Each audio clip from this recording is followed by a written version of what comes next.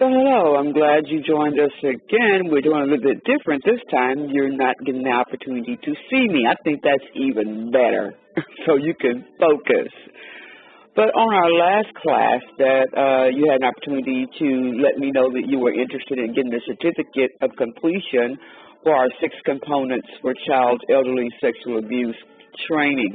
And so I think this is a rewarding training, and I think the last one that you had an opportunity to get some education on, the first of the 6, you got information on the contextual issues, you got screening and selecting the employees and volunteers, which was very, very important to know. And so today we're going to go ahead and jump right into component 2, which is, like I said before, so necessary. We have so many churches and ministries, especially with dealing with children and the elderly, who are not able to defend or protect themselves.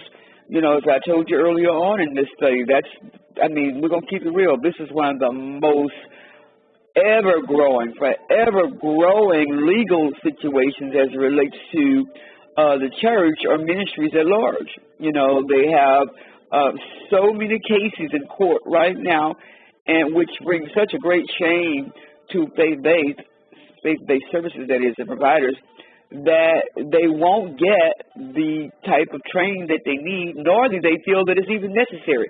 And so this is the reason why a lot of the children are getting a lot of harm's way, as well as the elderly are being, overlooked as it relates to some of this abuse. And so we need to look at our next component, which is the guidelines on interactions between individuals. Excuse me, just fighting some allergies here and winning it, that's for sure. And so, as I told you earlier on, in all of this training that you'll be getting for these 6 components, which you'll get 1 hour credit as you go through this training, but unfortunately you will have to be on this training session each time that they're presented for at least 45 minutes for it to composite to 1 hour credit. And so just wanted to make sure you remember that. You'd have to listen to the whole training in order to get that credit. So let's just jump right into the teaching. And so let me set my timer here so we can go ahead and get started. There we go. And so what I want to share with our first thing you need to know is the goal of this training. And so I hope you got your pen and pad ready. The goal of the training is to ensure the safety of the youth or the elderly that you're going to be interacting with, whether it's going to be an employee or a volunteer, or both, that y'all are going to have an interaction together. You need to have this particular policy or guideline in place. And the reason for that is because anytime that someone's going to have a one-on-one interaction with someone, we pretty much are getting into some legal situations as far as policies and procedures are concerned, because many times people don't realize how easy it is for one to say something happened to them when there was only the other person that was caring for them or volunteering there in the room. So it's easy for someone to accuse someone of doing something to them when there's no one else in the room, and especially when the policy has not been strategically designed to tailor it so that the maturity of the individual, whether they're an elder or youth, you've got to have some real strict strategies that's going to match not only the maturity of the individual or the credentials to know if they even qualify to be alone based on their history, but you've got to have strategies to match the cultural context, which means that in your organization, you got to look at how it refers to someone being in interaction with someone that's an adult in a supervisory position. And I mean, that's even including a youth. You got to look at the strategies that you're going to use as far as, when I say cultural, mean whether they're in different cultures based on different ways that they're used to interacting with someone individually. Because, I mean, different cultures do different things. We'll get into that earlier on as it relates to touching and talking to them a certain way and so on, or being in the room along with them. Excuse me. Man, I didn't know. I mean, this, as far as I'm concerned, this is an attack, because my sinuses was not doing this until I got on this call. I mean, just stopped me up where everything sounds so stopped up. That is just so, I hate you, devil. But anyway, We're going to go on, and then we're going to talk about balancing positive and negative. Now, in the balancing the positive and the negative, you got to find a balance, which means that you got to look between encouraging positive and appropriate interactions, and you got to look at discouraging the inappropriate. That means the harmful interactions. You got to be on guard, and you got to set your policy so that it'll be just so. So it won't be no wandering, you know, as it relates to words that are being spoken or, you know, behaviors that are being done. And so you want to get them to understand, and you need to adopt the strategies. It means that anybody in your organization or ministry or church that is going to be a part of making a policy, you want to make sure that they adopt the policy, that it's going to be a balance, whether or not the people want to agree with, you know, like I said, one-on-one or what have you, which we'll get into that in a few minutes. But you got to have a balance and keeping in mind that you're there to do this balance and make sure that it's going to benefit your program.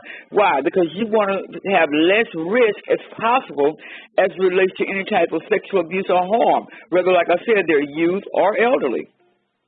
And then the next segment we're going to get in this component is the critical strategies for guidelines as it relates to interactions between the individuals. So you want to have the appropriate versus the inappropriate. We're talking about harmful behaviors. So on the appropriate behavior, you want to look at in your policies to put those positive interactions as it relates to being among the youth, and whether it's a volunteer or an employee, you want to look at the things that's going to support. You need to put down in the policy what's going to support, what's going to define positive youth development, what you're going to use in that youth development, whether it's speech or actions, that's going to make the youth feel valued, that's going to show that you're providing this caring type of connection for them. And, you know, you're going to show whether or not it's going to be a protective factor. So you don't want to have just a policy to say we will talk to them with love and peace. No, you got to be very specific and strategic when you're writing your policy as it relates to these strategies that, you know, that you're going to be placing for guidelines when you're dealing with, you know, the youth or the elderly between these individuals that's going to be volunteering or employed by you. And then you also want to look at how the organization should more than likely think about the interaction as it relates to identifying behaviors, you know, and that should fall into the category that is appropriate and harmful as well, inappropriate. So see, these categorizations, what they're going to do, they're going to spell out in your code of conduct, code of conduct of ethics. And what this does, this gives you a balance for the benefits, which means you're going to show in that policy the benefits of the appropriate interaction, and you're going to also show what the risks are that's going to be associated with the inappropriate interactions. And so I want to share with you now a few examples of appropriate versus inappropriate you know, harmful behavior, so that you can be prepared for future. As you write your policy, you can include some of these that I'm going to share with you now as it relates to appropriate versus inappropriate harmful behavior with these seniors or youth particularly that you're going to have in your organization. Sometimes it may be unclear, you know, what is appropriate versus what is inappropriate, especially if it's going to bring some type of emotional, physical harm. And so, but when a person is in, you know, in an intimate contact with someone, you know, such as touching them or kissing them, you know, you could start developing, you know, this appropriate type of what they think is appropriate for an older youth, but it may be kind of inappropriate, which confines the organization when it concerns a child that may be a certain age that they say, you kiss me on my neck, for example. But this may be even a harmful kiss, or it may be coercive to get the child prepared for the next prep of, you know, sexual abuse. And so you got to watch things like that. And then another example could involve like hugging, you know, and this hugging could be appropriate in one way, and then it could be, in some circumstances, it can be inappropriate because if the child is not receptive, or maybe they're not even being hugged by their mothers or siblings or whomever at home. So if the employee or the volunteer is hugging them too often, or too long is another thing. Sometimes people want to hug you a long, long time, and especially if these teens, you know, got big chests and stuff, you know, when their chests is a lot larger maybe than the man's wife. And sometimes these young men or these young teens, you know, they're holding them real tight who are over your leadership, your youth team, something, not youth team, over your youth ministry, and, you know, these long hugs and stuff like that, and, you know, bear hugs, what they call it, and moving around while you hugging them. You know, you got to be real careful with this stuff, because far too often when they hugging them long like that, this contact brings this romanticizing, kind of sound like a sexual, intimate connotation to it. And so you got to be very, very careful that you don't allow them to do a bunch of hugging and carrying on.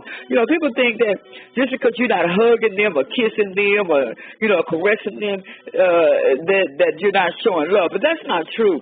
I mean, just mere words begin to let people feel compassionate or feel, you know, loved or nurtured, because many of them not even getting it at home. In a lot of these youth programs, they're not even getting any of that at home. A lot of them just getting cussed out and everything else. So I think it's very important that we watch it. So here's a couple that I'm going to share with you that are inappropriate versus appropriate that I've given you an example so far. But what's important now is the verbal. One of the things that we're running into is a lot of people don't realize how they're talking to their kids.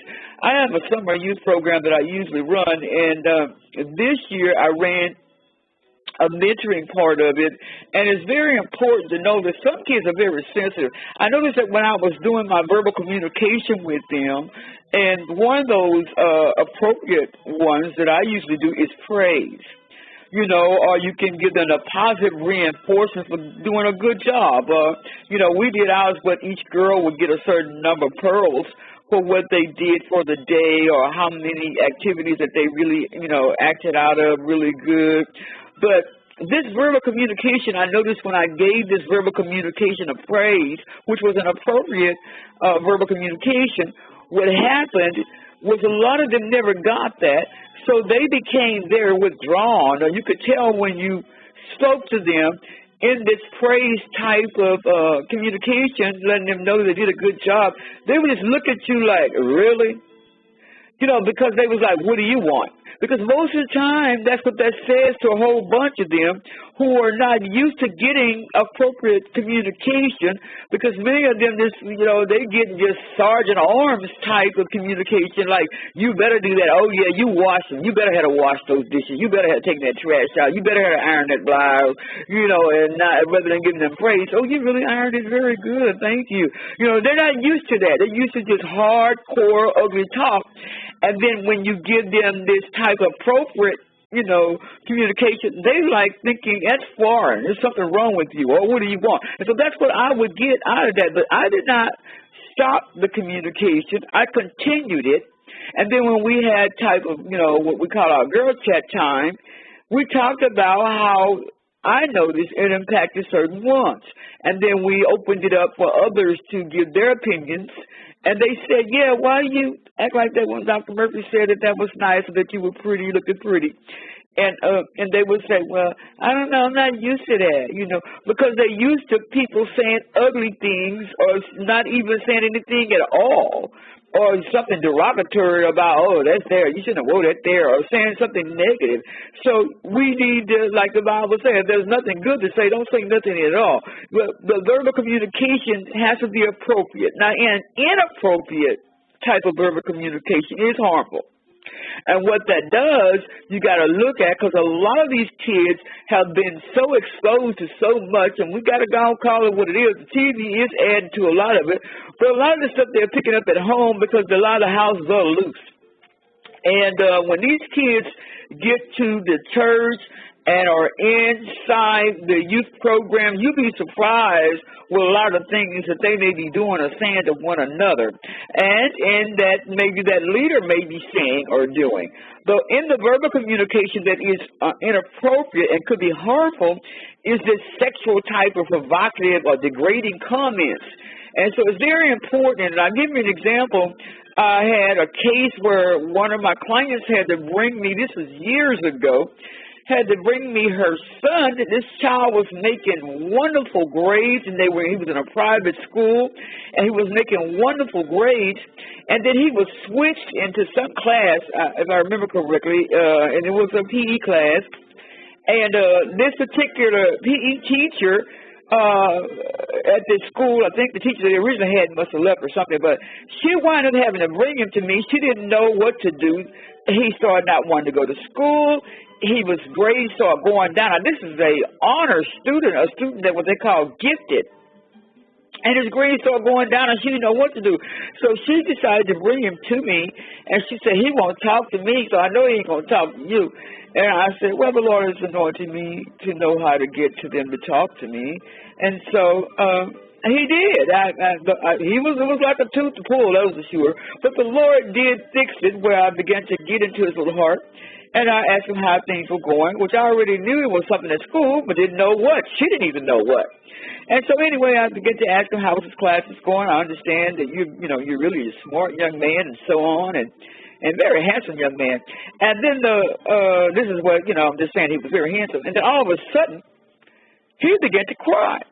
And he said, I don't want to go back there ever again. And if I tell you why, you promise you won't tell my mom, because then they're going to say I'm a sissy. And I said, why would you say that? You could tell me, don't worry, we'll keep this right here for right now. And if there's something that's harming you, I'm going to have to share with your mom, because we don't want anybody to harm you and you're in fear. So I need to know what it is so we can help you, okay?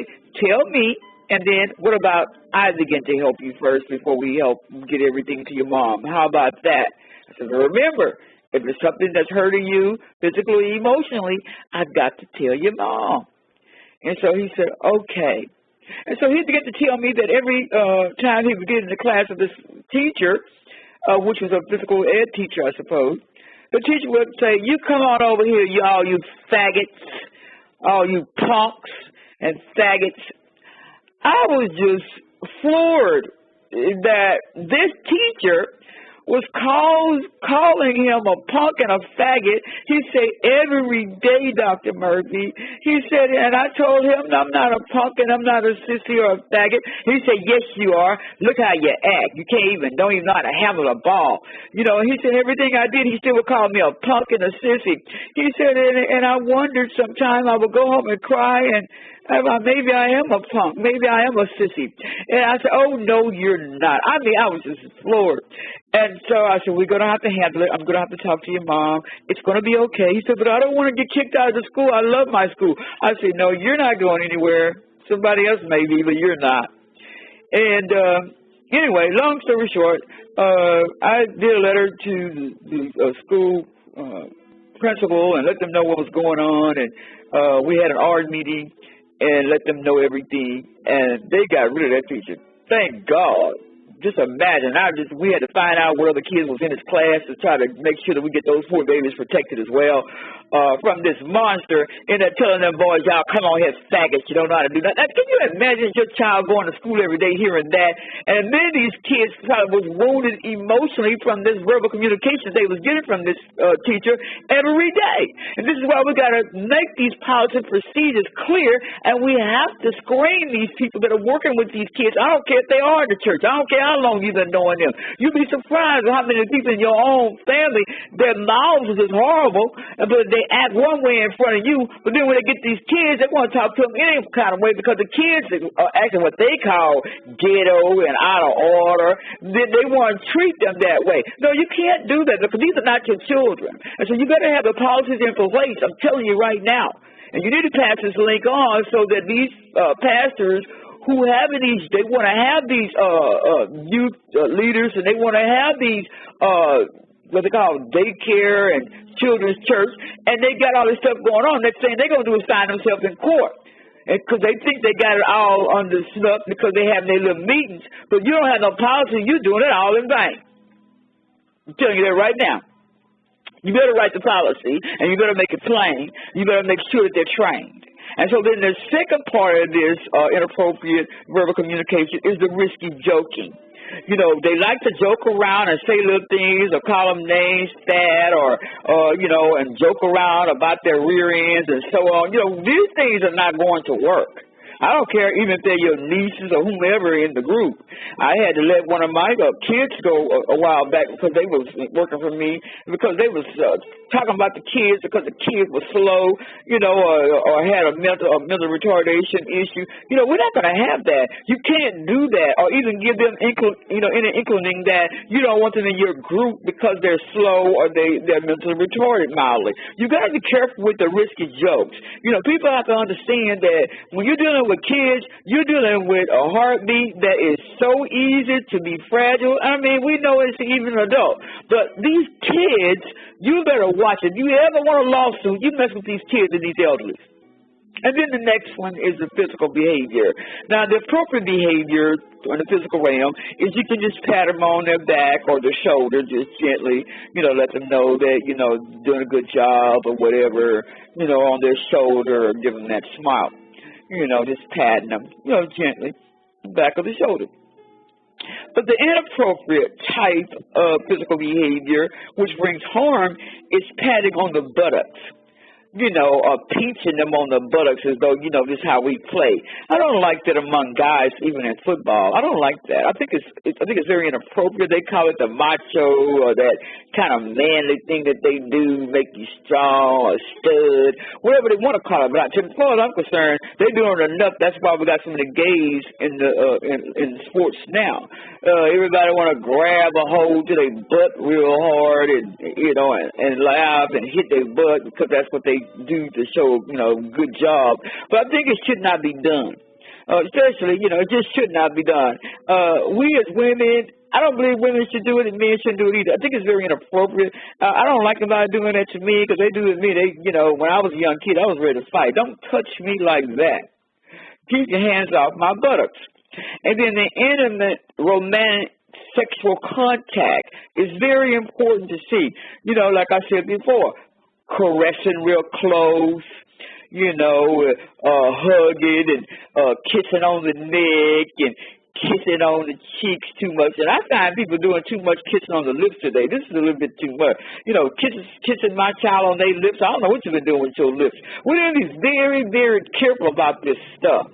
A lot of people walk around with herpes, you know, and stuff, and people don't even know it. And you got all the people just instead of kissing your child on their lips. I'm not trying to send no ugly connotation to this message, but I'm just trying to keep it real. But there's a lot of stuff going on today. And so, you know, we got to be very, very careful with the intimate, the romantic, the sexual contact with these kids and with the elderly today, because it's really, really bad. And then the other part of this harmful portion of the inappropriate is the corporal punishment. One of the things where I found that people tend to do with other people's kids. I remember I was working for a daycare when I was younger. I think that was my first job. And I worked for this daycare, and it was just horrible how this woman would always just put this child in this corner and turn their face to the wall and just talk to them and tell them how bad they were. And, you know, I guess being abused at home and stuff when I was a young girl, I just thought it was just horrible, and I did not want to work there. But every time I got an opportunity, I would get that child out of that corner and say, okay, you put me in charge. May I please spend some time with this, you know, with this child? And they would go, no, leave him in the corner because there's too much trouble. And I mean, leave him in there. You know, the corporal punishment, I thought it was very emotional and tormenting to the child.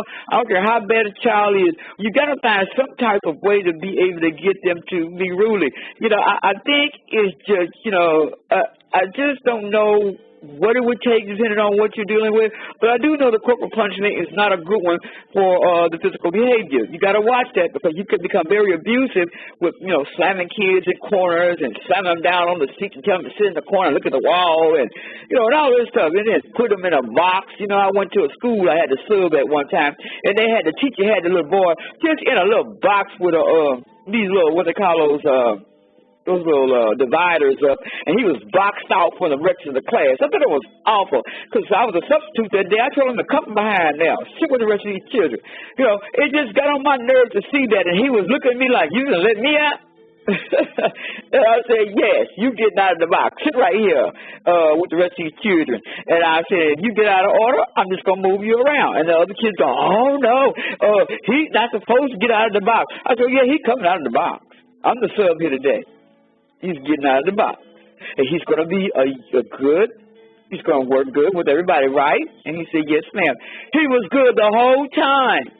See, what the thing is that, you know, I think we got to be careful. A lot of these teachers don't even like these children. I don't even know how they even became teachers, you know. A lot of them just can't tolerate nothing. So they just take these kids and put them somewhere like, I don't want to be bothered with you, like you just taking up too much of my time. And they may be.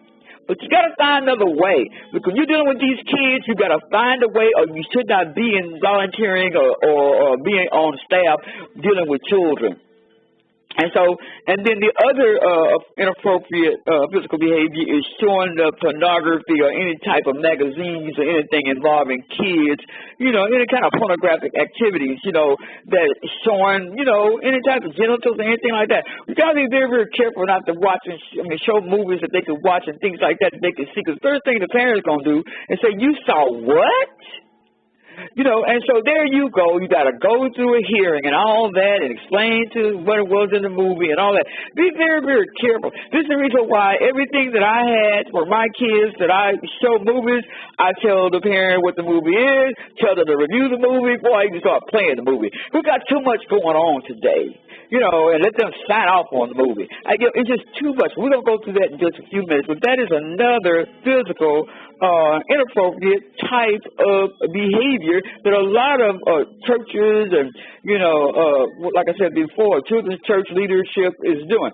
And so anyway, the next segment of our teaching we're going to be talking about is one-on-one interaction. Whoa, this is a big one. The one-on-one interaction is a big one. And the reason why, because some organizations have a policy that will limit one-on-one interaction between youth and adults. But to tell the truth, you have got to change that policy. And the reason for that, you need at least two at all times with these youth, because this is just simple. It's going to prevent the isolation of anything that could happen. Why? Because it's also going to elevate the risk of child sexual abuse. I just told you that the church is the main one, that is faith-based ministries and organizations and churches. They're the main ones in the court as it relates to sexual abuse in the body. We've got to look at strategies within your organization or your ministry that you can look and see how you can make your mission or your policy that would say that you would at least limit it, you know, because you ain't going to be able to have two all the time with this stuff that's going to require one-on-one, you know. So you got to at least limit one-on-one interactions whenever possible. You know, where you're going to say in your policy that you're going to at least have two adults present at all times with youth.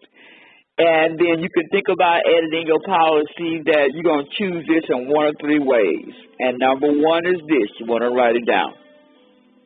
You want to make this a mandatory policy that at all times you got to have at least two adults present when you're dealing with a one-on-one interaction, when you know that it needs to be one-on-one. You got to make sure it's mandatory. Then number two, you to think about adding in the policy that this policy is dependent on the risk of the activity or the situation. And you know what that is, such as spend the night, overnight trip, camps. That's one of the ones that many of these kids are being abused at. These are long summer camps and all this stuff, overnight camps or 1 week camps. Come on now, we need to make sure that the policy says that is dependent on, you know, the situation. So that means, and you need to spell that out, whether it's a camp, spend the night, or girls sleepover, or pajama party, whatever that is. And then the third option you want to look at is you need to maintain sort of like a safeguard, if you want to word it that way, such as you'll say you're going to have an extra supervision or contact situation where you want to make sure that anybody that is trying to be alone or going to have to be alone, this extra supervision needs to be in place, whether it's a volunteer or an employee, you know, where you need to have this more kind of like a constringent kind of screening, especially if the mission of the organization is going to require that. And that's particularly, you know, in a place where you're going to have mentoring, you know, because mentoring sometimes has to be one-on-one. And so you want to make sure that it's contingent. So that means if they got to sit and have a talk with this mentor or this big brother, big sister type of program, between a volunteer and employee. So you're going to tell them in your policy that it's contingent if it is a mentor or a big brother big sister program. You might still have to have extra supervision there in the event that they have to spend long periods of time with them. Well, when you say long periods of time, well then what is that? You spell that out. You decide. Because it don't take long for nobody to fondle somebody. You think about that. And so then the next part of this training we're going to be talking about now is the risk of interactions between youth. Now, because trust me, we find youth that can be very, very dangerous toward one another. And so if your organization, in your organization that is, you need to address your interactions that's going to be between the youth, which means in addition, you need to also look at monitoring the interaction. So you want to see how you're going to allow maybe another adult in the room or another person who is older than them in the room that's going to monitor the interaction, because many of these strategies you're going to be putting in your policies have to focus on the interaction, whether they're volunteer or not. And the policy has to be tailored to address it. What's going to happen with that youth or that person that you have overseeing that senior program. So you need to address all the situations in the policy where anything that's unsupervised. Why? Because if you don't have it supervised, this sexual interaction can happen quick as a snap of a finger, and abuse can happen. And say, for instance, that you have like a gym, or you have like a locker room, or you have like a place where kids go to get physical exercise or whatever you do, and then they have to go in and maybe get refreshed and wash up or whatever. You got to make sure that the risks are not going to be open to child sexual abuse when these situations are not supervised. You've got to have them supervised in some fashion, but you got to make sure that these supervised people that's coming in to supervise don't have this potential to also be a perpetrator. You've got to make sure that the potential solution that you're trying to get put in your policy for the risk that's going to be going on with the interaction between youth to youth, you want to make sure that this policy is adapted, that is adopted, so that it will require more than one adult to be present at all times. So therefore, you can be able to see. And these adults are going to have to be accountable as you begin to have them to monitor or look at what is going on with the interaction between the youth. Because a lot of these youth are very aggressive, and so you want to make sure that you include in your policy that you're going to be dealing with bullying or any type of verbal abuse or verbal inappropriate language between one another, or how they do, they talk down on one another with their type of talk or slang that they say or call out names, and these sexual connotations that a lot of these kids will say because if they like one another. And so this appropriate interaction can be promoted really without acknowledging that some of these interactions are inappropriate or harmful. You don't have to acknowledge it. You just got to make sure that policy is there. Then they're going to know that you've adopted it, they've approved it, and so now it's automatically been acknowledged when they signed off on it. So you promote it, write it, promote it, they've acknowledged it, they signed off on it, what is inappropriate and what is appropriate in the interactions with the youth. And then the next thing is the prohibit of the restrictions on certain activities. Now, the prohibit of certain activity restrictions, some of these activities that are going on in a lot of these programs, they are risky because a lot of these kids and a lot of these parents who allow kids to do certain things within a program, say, for instance, like I said, kids, we know in college they do hazing, they do all these type of secret ceremonies that we don't even know what they're doing. But these overnight trips is a big one. And then when they have in these big places where they all have to go in and take baths and changing their clothes and, you know, any type of bathroom interactions and any type of overnight activities, you know, they pose great risks to child sexual abuse. And so prohibiting or restricting these type of activities, they will strictly depend on the context of your organization. For example, if they're going to do a sleepaway, then that means that they would not be able to prohibit overnight trips or bathing. That means that you would not be able to prohibit. So that means, how are you going to stop them from bathing when they got to bathe?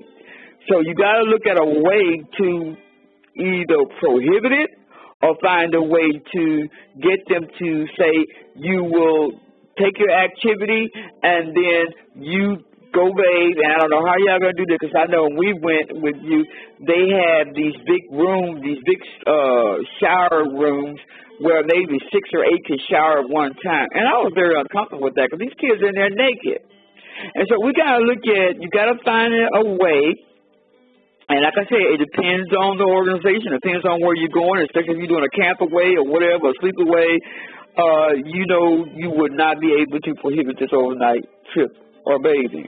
It's there. They're going to be there. So you got to find a way to prohibit certain types of activities when these kids are overnight or anything, you know, that's going to pose a risk. That's where I can say it. You got to look into that and write that policy and make it very firm. And then the out-of-program contact restrictions. This is another big one. Out-of-program contact restrictions. There are 2 types, and you get your pen and write these down. Now, the first type of the out-of-program contact restriction, it involves the contact of youth with employees or volunteers outside of the context of the program, which means that your organization should limit that. Why? Between the volunteer and the employee. Because a lot of times people tend to want to go and do things with them outside the program, and then there you go, you done got an accident with them, or something, you done fed them and they done got sick.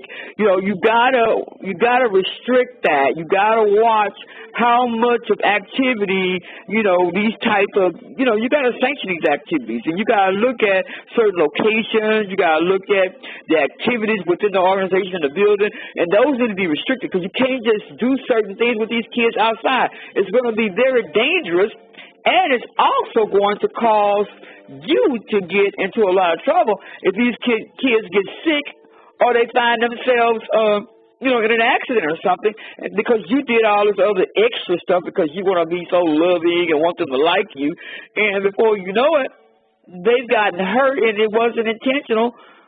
But you got to watch. And the second type of this contact between youth and or seniors, because, you know, we have a tendency to want to do things outside for them as well, you know, is this type is not affiliated with the organization.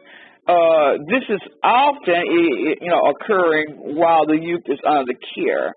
And so when this contact between the youth or the people who are not affiliated, excuse me, with the organization, what happens is they develop, it impacts your ministry, your church very big, because they develop a system of trying to get with the person so that they can bond with them or so on, because they try to volunteer or be a good volunteer.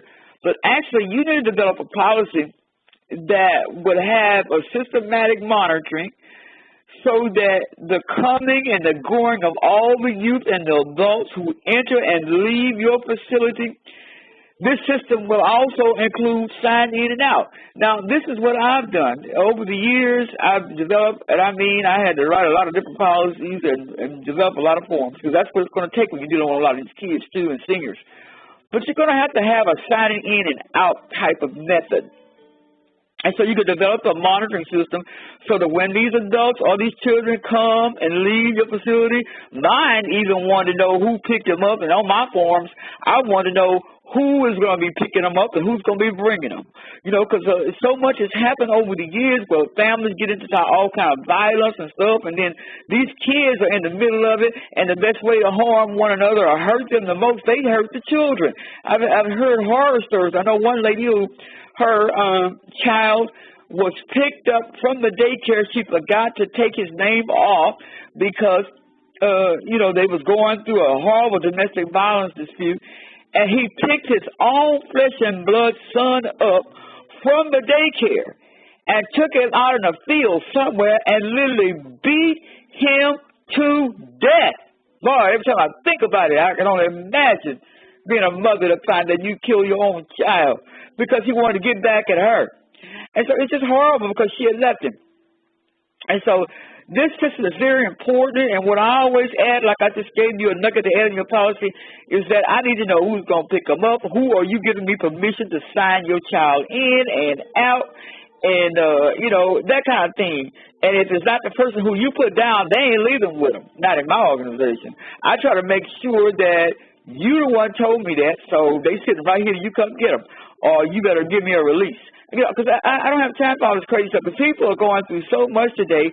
And I remember one time, one lady told me, just let her walk home, because that particular time, our organization was inside an apartment complex, and they wanted them to walk home. I don't care if she was 3 houses down. No. You said that you would pick her up as part of our policy. You came to the orientation. That's the other thing. You need to orientate, you know, so parents can know what to expect in your ministry or your church as in regards to your policy and procedures. And I definitely do that because I don't have time for you to be saying you don't remember that. I make you sign off. And you get amnesia, that's your fault, because I'm going to remind you. I'm not trying to be hard or snappy here. I'm just trying to be real. Because, see, this is what's wrong today. People are allowing their kids and family to get in situations that many of them put these kids in harm's way themselves. The other thing you want to add in your policy, you want to develop a specific policy about interactions between the youth and the people not affiliated with your organization and your church, which is, especially if it is located in a building that houses more than just your program, okay? Because, or your organization activities, you know, if they take place, you know, like on a sports field, or, you know, they got different activities you're joining with other organizations or daycares, and you're all doing different things, and their employees are involved. And so you want to develop a policy as far as this interaction between these people who are affiliated with these other organizations, you know, or in this house where this organization is bringing other caregivers in or bringing the elderly in, what have you. You want to make sure that it's very clear how you're going to distinguish your interactions with the people that you're held responsible for. Okay, we're moving on. The next segment, which we're about to close, thank God. I know you probably said the same thing. The next segment of it is the caregiver information. Now, the organization should obtain in your policy, you should have addresses, contact information for your youth and the caregiver. That means the parent, the guardians. I don't care if it's the sister, the auntie, the mama, the daddy, or whomever. You need to have the addresses and the contact information for them for these permissions. On my permission forms, I have it all on there. I need emergency numbers. I need to know what they're allergic to. I have it all on my forms because I want to make sure that I'm trying to cover every basis I possibly can. And when they're alone with me for whatever reason, I make them fill out what I call an individual contact form, which means that I want to protect myself so that they can sign off if they was in a session with me. So if they go home and tell their mother I had them in a room talking to them by themselves, I tell the parent when they get there we had an individual session, I need you to sign right here, and I ask them in front of the parent, the child in front of the parent, did anything happen to you while we were in the room when I was talking to you? Did anything happen to you? Did I hurt you emotionally or physically? Yes or no? No, ma'am. Okay, please sign right here. I'm keeping it real. Because, see, there's so much going on today. People are desperate. They're broke.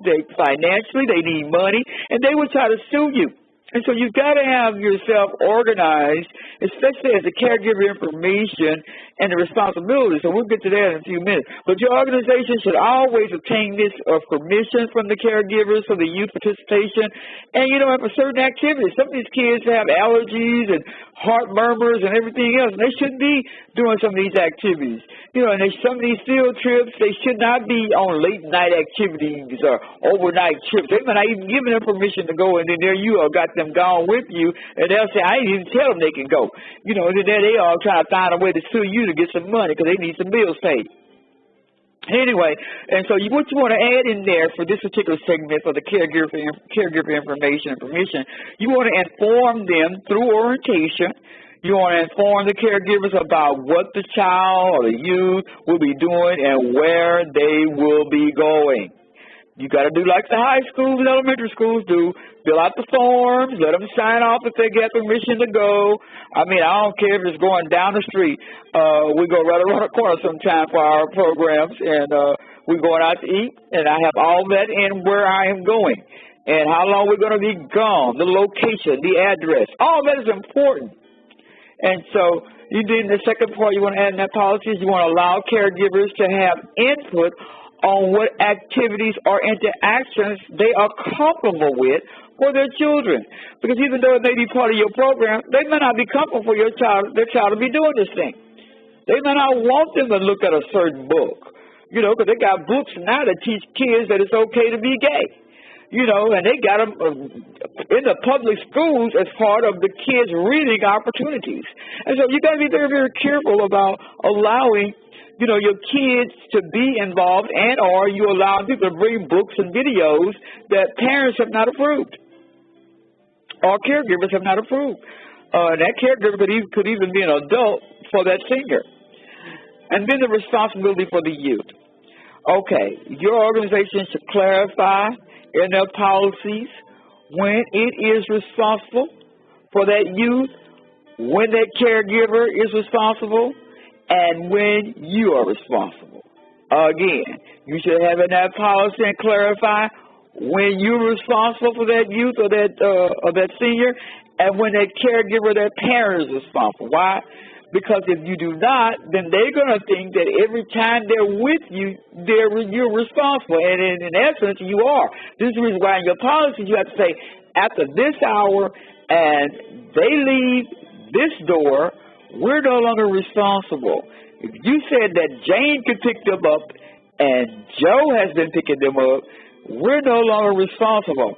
And so you want to develop a policy or when your organization develop a policy about when your organization starts, when it stops being responsible for that youth or that elderly, the time, the day, when and what you're doing, and where you are when you're no longer responsible.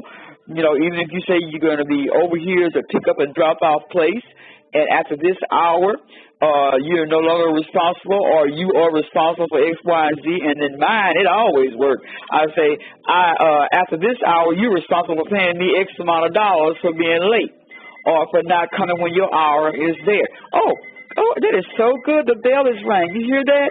Isn't that nice? I know you're glad. Okay. Me too. So anyway, I'm closing out.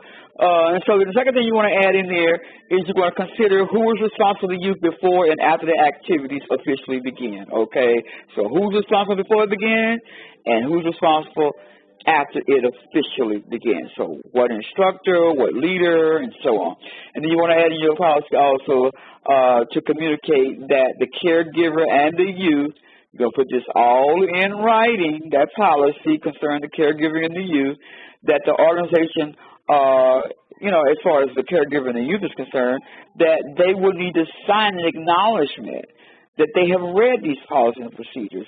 They have to sign mine or they can't work with me. They can't volunteer with me. Because I want to make sure that you are clear what we've talked about.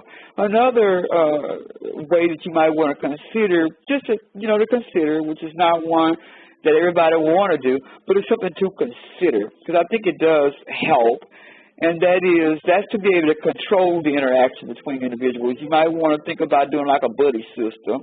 You know, you can just think about some ways that you can identify that you may be able to monitor interactions, maybe by instituting that buddy system, you know. And this will help prevent some of the isolation, you know, employee to volunteer.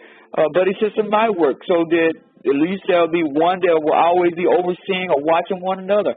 At least that will help even in the youth for one to be able to say, I'm watching to make sure that you're safe, you know.